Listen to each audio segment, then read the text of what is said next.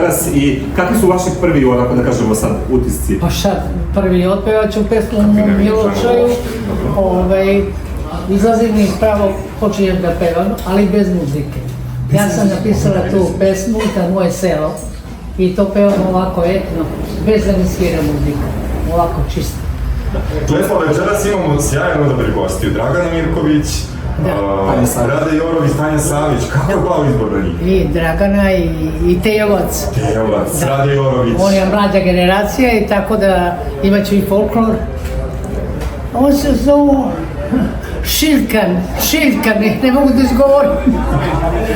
Ja rekao, ko me ovo gleda, ono ja.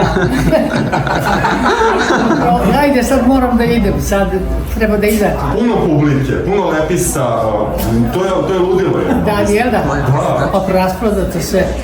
Boga mi lepa, čuo sam da ste prilično uložili i u odevnu kombinaciju. Kažu da je lepa preko 10.000 evra potrošila na pričaju. Na Hype zvezde.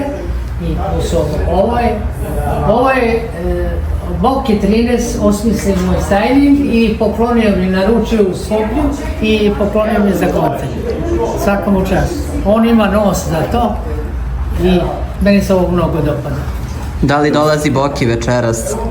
Boki, da li dolazi? Jel dolazi? Boki večeras. Dolazi kako ne dolazi, on je pravio styling.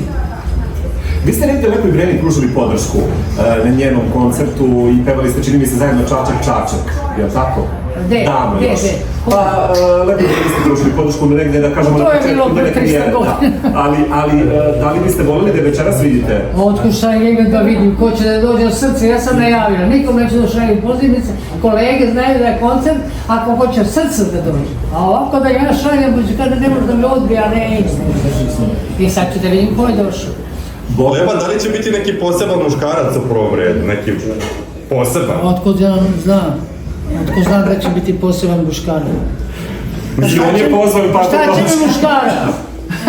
Možda bude i žena. Lepo, moram da kažem. Sjajno, lepo.